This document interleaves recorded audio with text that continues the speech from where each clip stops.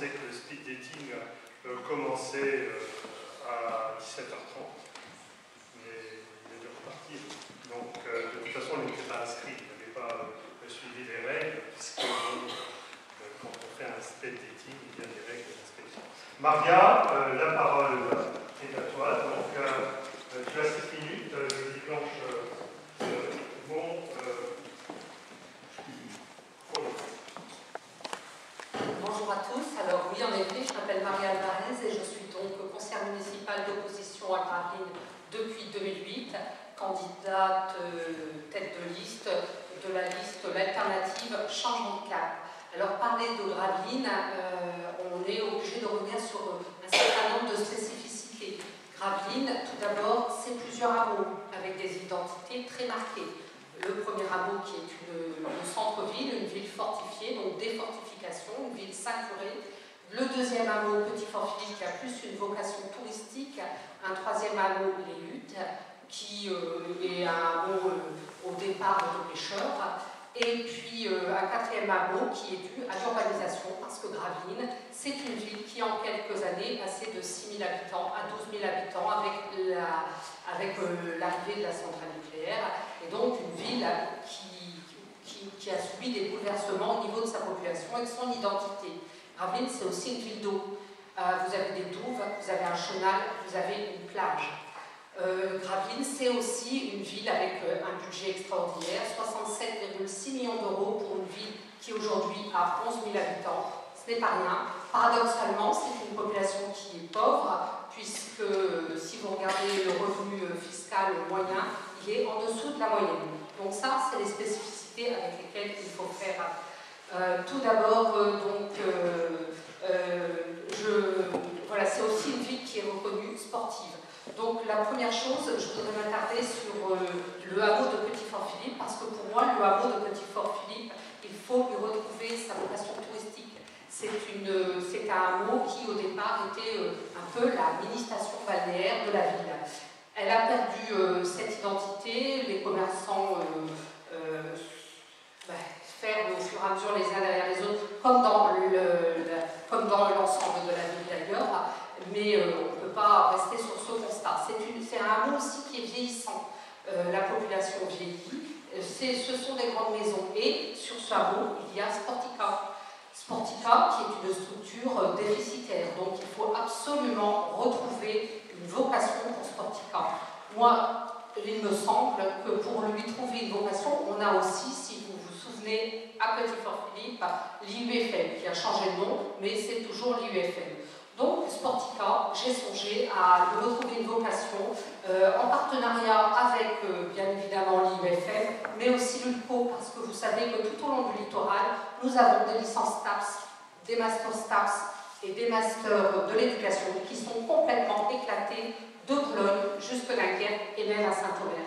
Donc, je pense qu'il y aurait la possibilité entre Sportica, entre la ville, entre l'IUFM et entre l'ULCO, de centraliser ces spécialités sur le hameau de Petit-Fort-Philippe. Pourquoi? Parce que l'IUFM est déjà là, parce que Sportica a les équipements qui permettent aux STAPS d'évoluer, parce qu'à Sportica, il y a une cafétéria qui pourrait trouver justement un second souffle de vie, et parce que ça permettrait à tous ces étudiants d'être centralisés. Je vous disais, une population vieillissante avec des grandes maisons, ça permettrait aussi justement de se diversifier dans les chambres d'étudiants. Également, un salon autour du sport et du handicap, parce que dans les STAPS, vous avez des spécialités qui sont tournées vers le sport en direction du handicap. Donc, je pense que là, il y a moyen de retrouver une vocation et de ramener de la jeunesse, de la vie sur ce hameau. Cette jeunesse, ça permettra également de faire relancer le commerce local et redonner avec cette jeunesse une vocation plus balnéaire au hameau. Ce hameau, il faut savoir aussi que c'est les sports nautiques. Eh bien, les sports nautiques, ça va toujours dans le même sens. Ensuite, je vous disais donc le hameau de Petit-Fort-Philippe, vous avez aussi le centre-ville. Alors le centre-ville, c'est des fortifications, c'est des chemins de ronde, c'est des randonnées, c'est... il faut bien évidemment animer là où les commerces sont présents et revoir le programme des festivités. Pour relancer un petit peu le centre-ville, j'ai d'ailleurs pensé à créer un salon autour de la BD au centre-ville. On a aussi des poudrières, on a un patrimoine qui est militaire, donc ça pourrait ramener de la vie également au centre-ville et par extension faire travailler bien évidemment les commerçants qui s'y trouvent. Ça passe aussi par la propreté et l'entretien des rues, hein, bien évidemment. Ensuite, pour les chemins de randonnée, c'est la promotion des chemins de randonnée et bien sûr la valorisation des berges et